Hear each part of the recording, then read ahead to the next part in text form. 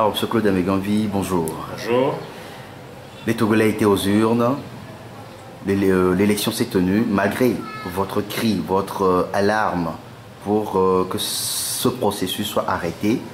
Vu le déficit des réformes, que peut-on retenir de cette élection, malgré l'entêtement du gouvernement à organiser cette élection présidentielle? Tout simplement que le régime de Faure Gnassingbé est dans la logique du coup de force permanent qui caractérise le régime RPT-UNIR depuis son avènement par un coup d'État sanglant en 1963 et surtout lorsqu'il a pris le pouvoir en 1967. Et jamais depuis lors, ce régime ne s'est maintenu autrement que par des coups de force militaires directs ou par des coups de force électoraux. Mais il faut surtout retenir que le régime de Faure Gnassingbé n'aurait pas réussi son coup de force s'il n'avait pas eu le soutien de l'opposition qui l'a accompagné dans ce processus de coup de force. Parce qu'aujourd'hui, nous ne pouvons pas accepter que cette opposition participationniste vienne nous dire qu'elle s'est fait voler sa victoire lors de ces élections. Mais cela pour plusieurs raisons. Premièrement, nous savons depuis toujours que le régime RPT n'a jamais gagné quelque élection que ce soit depuis celles qui ont été organisées au lendemain du soulèvement d'octobre 1990. Ça, dans l'opposition, tout le monde l'a dit, tout le monde l'a répété, non seulement dans les réunions internes, mais dans les meetings publics et dans les réunions publiques. Deuxièmement, nous savons que des transfuges du RPT qui ont quitté le régime et qui ont approché l'opposition togolaise, qui ont eu notamment à participer à toutes ces opérations électorales et qui ont concocté, y compris les coups de force, mais ont confirmé aux opposants que, en réalité, le régime RPT n'a jamais gagné les élections. Donc nous étions prévenus d'avance, ça s'est toujours passé comme ça, et donc cautionner cette élection, y aller dans ces conditions-là, mais c'était apporter un blanc-seing au coup de force électoral de Faure Gnassingbé. Alors, doit-on parler de l'échec de toute l'opposition togolaise ou bien seulement de ceux qui ont accompagné M. Faure Gnassingbé à cette élection présidentielle? Alors, d'abord une précision.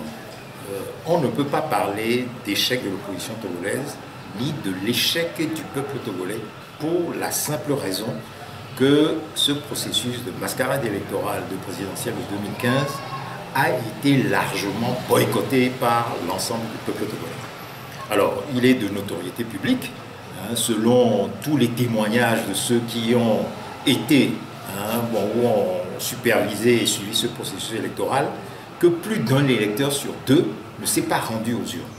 Donc, en réalité, lorsque vous analysez les choses, vous vous rendez compte que, en réalité, c'est une moitié du corps électoral que Faure Gnassingbé et les participationnistes se sont partagés.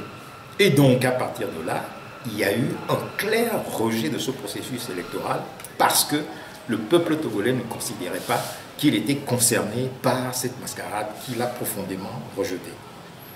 Ensuite, mais lorsqu'on parle de l'échec des participationnistes, mais on dira qu'en réalité, ils n'ont pas échoué, puisque le mandat qui s'était fixé, ils l'ont pleinement accompli. Mais rappelez-vous, ces messieurs et dames ont dit qu'ils voulaient donner un troisième mandat à Faure Gnassingbé. Ils l'ont dit, ils l'ont fait, et donc ils ont réussi. Ils ont réussi leur coup avec Faure, lui donner un troisième mandat. Et donc de ce point de vue, la première conséquence qu'on peut en tirer effectivement, c'est que ce sont des traîtres. Ce sont des traîtres, ils ont trahi le peuple togolais. Et d'ailleurs, lorsqu'on remonte sur l'histoire du Togo, depuis le soulèvement d'octobre 90, vous vous rendez compte que, en fait, cette trahison, elle est permanente. Nous devons aujourd'hui, mais constater amèrement, que jamais l'opposition institutionnelle du Togo n'a jamais voulu se débarrasser d'Eyadema, ni de son fils Faure Gnassingbé. Est-ce que ce que nous disons là est une exagération? Non, mais regardez. D'abord, remontons à ce qui s'est passé au lendemain d'octobre 90. En avril 1991, 28 cadavres sont repêchés de la lagune de Baie.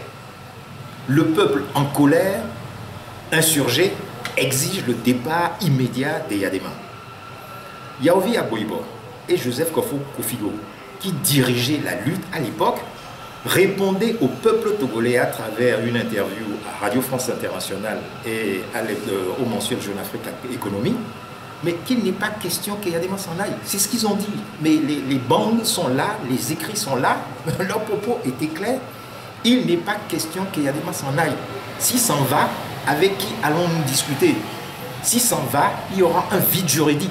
Et donc, nous sommes contre son départ. Et ils ont réussi, cette fois-là, à sauver la tête d'Eyadema. Eh bien, 24 ans après, cette année 2015, 24 ans après, cette année 2015, à nouveau, il y a un processus électoral. Dès le mois de janvier 2015, la coalition CAR a dit à l'Assemblée nationale, mais dans les négociations parlementaires qu'il y a eu, mais on proclamait qu'il fallait donner un troisième mandat à Faure Gnassingbé. Et, curieusement, mais ils ont été suivis par tout le reste de l'opposition participationniste qui s'est regroupée au sein de CAP 2015, plus les autres participationnistes que sont bien évidemment le MCD et le net de Jerry Tama. Et donc, nous nous rendons compte aujourd'hui que entre ces deux dates-là, à savoir le refus de 1991 et ici, ce qui s'est passé cette année 2015, où on a décidé depuis le mois de janvier de donner un troisième mandat à Faure Gnassingbé, entre ces deux dates, vous avez la kyrielle de dialogue, de négociation, d'accords aussi bancals les uns que les autres, mais qui ont permis à toute cette opposition d'entrer dans les différentes formules de gouvernement d'union nationale, aussi bâtardes les unes que les autres, et qui ont permis à nos opposants d'aller s'engraisser à l'ombre du régime RPT, qui a renvoyé la médaille, qui leur a renvoyé l'ascenseur, en les gratifiant de tous ces avantages qu'on a comme Premier ministre, comme ministre, comme membre de l'Assemblée nationale, président de groupe à l'Assemblée nationale, président de commission, etc., où on touche des émoluments conséquents qui sont loin des salaires de misère que le peuple, dont on gratifie le peuple. Donc voilà en gros ce qui s'est passé. Et donc, cette trahison consciente a pour origine le fait que, en réalité, nos dirigeants opposants préfèrent aller s'enrichir à l'ombre de la dictature que se débarrasser de lui. Parce que si un véritable changement démocratique intervenait au Togo, il est sûr que le contrôle démocratique que la population imposerait sur les deniers de l'État serait tel que tous ces enrichissements illicites, tous ces pactoles qu'on donne sous la table à des partis pour qu'ils accompagnent le régime dans les processus électoraux, on ne les verrait pas. Et donc, ça, des gens préfèrent le mettre de côté et aller directement aux côtés du RPT, participer au festin sur le dos du peuple togolais. Voilà la triste réalité. Et c'est pour ça que nous disons qu'il faut que le peuple rejette toutes ces combinaisons-là. Et en tout état de cause, ce qui est clair, c'est qu'il ne s'agit pas d'une défaite du peuple togolais, il s'agit plutôt d'une réussite des traites qui ont réussi encore une fois à sauver la tête de Faure Gnassingbé comme ils ont réussi à sauver la tête d'Eyadema en avril 1991. Alors, M. Claude Ameganvi, au regard de tout cela, comment faire pour sortir de cette dictature? D'abord et avant tout, ce n'est pas à nous qu'il faut poser cette question. Il faut aller la poser à ceux qui nous ont mis dans cette situation, aux participationnistes. Il faut aller leur demander, mais de rendre compte et de bien vouloir nous expliquer comment ils comptent faire pour sortir le peuple togolais de cette situation catastrophique dans laquelle ils l'ont mise. Et en réalité, qui montre un horizon totalement bouché aujourd'hui et qui démontre que, en réalité, trouver la voie d'une issue dans la situation d'aujourd'hui apparaît beaucoup plus difficile au peuple que dans les conditions du passé. Et nous avons véritablement l'impression que, par leur comportement, les partis participationnistes ont voulu en réalité tenir en échec le peuple togolais pour le démoraliser à jamais et lui interdire toute velléité de résistance, de départ, de repartir au combat, etc., etc. Mais en réalité, Bon, ce qu'il faut se dire aujourd'hui, c'est que il faut se convaincre de ce que sortir de la situation dans laquelle nous sommes aujourd'hui au Togo nécessite de tirer d'abord un premier constat. C'est qu'une fois pour toutes, on doit établir que ce n'est pas par les processus électoraux, c'est-à-dire par la voie des urnes, qu'on va tourner les pages sombres du régime RPT. Cette conviction-là, c'est la première condition de la sortie de la situation dans laquelle nous sommes. Ensuite, mais la deuxième condition, c'est que, visiblement, il faut armer une nouvelle ou la nouvelle génération qui vient au combat d'un programme de réorganisation complète, qui puisse lui permettre de se soulever à nouveau et de renouer avec Octobre 90.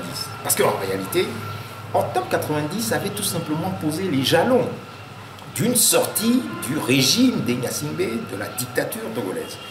Eh bien, contre cette démarche qui était très claire en 1990, eh bien, des gens qui, auparavant, avaient été avec le régime RPT, il faut dire les choses telles qu'elles sont, se sont acharnés à casser ce processus en s'aidant de tous ces jeunes démocrates aux dents longues ou de ces vieux démocrates qui n'entendaient à s'insérer dans la vie politique togolaise que pour profiter de ces prébendes, et donc ont liquidé un processus démocratique ou un processus populaire, de soulèvement populaire, plein d'autres promesses. Mais en réalité, ce dont il faut se rendre compte aujourd'hui, c'est que Octobre 90 continue à vivre dans la conscience du peuple togolais. Et donc, les jeunes générations dont je parlais tout à l'heure, dont il faut armer du programme de ce nouveau soulèvement, le peuple togolais, eh bien, cette jeune génération-là est d'ores et déjà au combat. Pour ma part, moi, je suis extrêmement réconforté de voir l'extraordinaire maturité de la jeune génération togolaise lorsque je vois comment, à plusieurs reprises, depuis l'année 2014, de jeunes élèves, souvent de 8 à 10 ans, investissent les rues, scandent des mots d'ordre qui permettent de constater leur profonde maturité. Et oui, ils ne peuvent qu'avoir accru leur maturité de manière extraordinaire à la lumière de l'ensemble des processus que nous avons vécus ces plus de 2 dernières décennies. Parce qu'effectivement, de vivre dans la situation tragique qui est celle du Togo depuis octobre 90, c'est-à-dire depuis 25 ans, mais fait réfléchir beaucoup et fait évoluer énormément. Et donc, nous trouvons une jeune génération là qui est très mûre, prête au combat, et nous avons la conviction que, bien aidée, bien encadrée, celle-ci fera des miracles dans la prochaine période.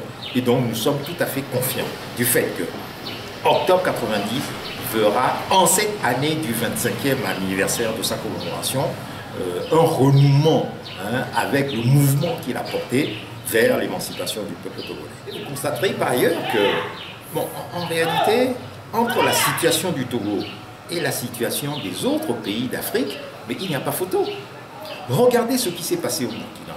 Vous me parliez tout à l'heure de l'unité du peuple, etc. Et tout ça. Au Burkina, on a vu comment, en réalité, l'opposition burkinabé a réussi à s'unifier et très rapidement à avoir des mots d'ordre de mobilisation populaire qui ont réussi à se débarrasser, qui leur ont permis de se débarrasser du régime de Blaise Compaoré. Regardez également ce qui se passe au Burundi actuellement, où quelle que soit l'opinion qu'on peut avoir sur les différentes forces qui composent l'opposition burundaise, mais elle a réussi à réaliser son unité sur le refus du 3e mandat de Nkurunziza, là où l'opposition togolaise a capitulé en donnant ce 3e mandat à Faure Gnassingbé. Et au Burundi, qu'est-ce que nous avons vu? De la même manière, Saïd Djini, qui est déjà venu ici au Togo, a été rejeté par l'opposition burundaise. Et cette fois-ci, nous avons vu le Ghanéen Ibn Chambas venir au Togo, rencontrer des leaders de l'opposition institutionnelle, leur demander de donner non pas seulement un 3e mandat, mais un 4e à Faure Gnassingbé. Ils ont bougonné. Ils sont venus, on dit on nous a demandé de donner un 3e et un 4e mandat à Faure Gnassingbé. Nous avons refusé, etc. Mais est-ce qu'ils ont eu le courage, comme l'opposition burundaise l'a fait, d'écrire à Ban Ki-moon pour lui dire d'enlever ce médiateur, de le faire retirer des discussions qu'ils ont au Burundi? Non, l'opposition togolaise n'a pas fait. Et donc, vous voyez qu'il y a 2 poids, 2 mesures. Une qui permet de se débarrasser des régimes et l'autre qui permet de capituler à ras-mot devant ces régimes-là. Bien sûr, au Burundi aujourd'hui, les dés ne sont pas... Le jeu n'est pas encore définitivement fait. Nous voyons de nombreux processus se développer encore. Mais il y a une chose qui est constante, c'est dans le coup de force que se prépare à faire Nkurunziza, on voit l'opposition adopter une position commune de boycott de la mascarade électorale qu'il s'apprête à faire. Et ça, déjà, c'est quelque chose qui inquiète énormément la dite communauté internationale, puisque chacun sait que ça, c'est la création d'une situation de crise qui peut ouvrir la voie à tout dans la situation burundaise. Donc voilà deux comportements, deux conceptions, deux méthodes, deux comportements différents entre ce que d'autres peuples d'Afrique et leurs représentants montrent et la honteuse ou le honteux comportement que l'opposition togolaise montre et qui montre effectivement qu'il est temps de ne plus écouter cette opposition-là. Il faut laisser de côté cette opposition de traîtres et appeler la population à se réorganiser totalement sur des bases nouvelles, sur des bases indépendantes, avec les organisations auxquelles le peuple togolais peut et doit faire confiance, parce que ces organisations-là, le peuple a vu, n'ont pas trahi leur confiance depuis octobre 1990.